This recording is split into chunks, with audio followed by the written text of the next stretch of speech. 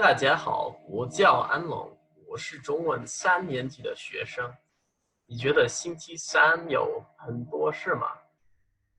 星期四可能还有更多的。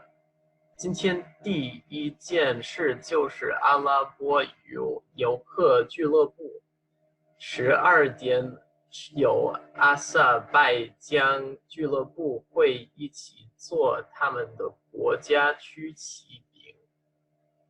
下午呢，有中国字画俱乐部和中国做饭俱乐部，还有阿拉伯瑜伽俱乐部、匈牙利对话俱乐部和伊朗下午茶时间。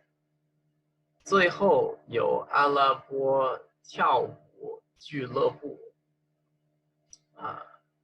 乌克兰语言桌子，还有韩国文化晚上。